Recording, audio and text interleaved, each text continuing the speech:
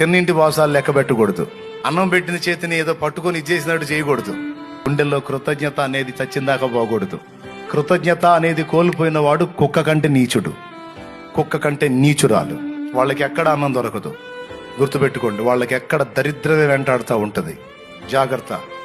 మన జీవితంలో ఆ దరిద్రాన్ని రానికూడదు.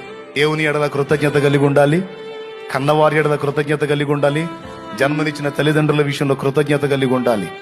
ముసలితనమందు వాళ్ళు ఎవరి మీద ఆధారపడతారు?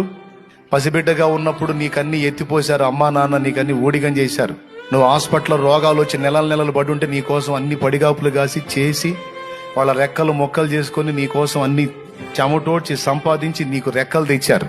రెక్కలు తెచ్చిన తర్వాత దున్నపోతులాగా తయారయ్యి అప్పనంగా తిని పెరిగి ఈరోజు వృద్ధాప్యంలోకి వచ్చిన తల్లిదండ్రులు నిర్లక్ష్యం చేసే కృతజ్ఞత లేని కుమారుడా, కృతజ్ఞత లేని కుమార్తె, నీకంటే నీచులు ఎవరన్నా ఉంటారా?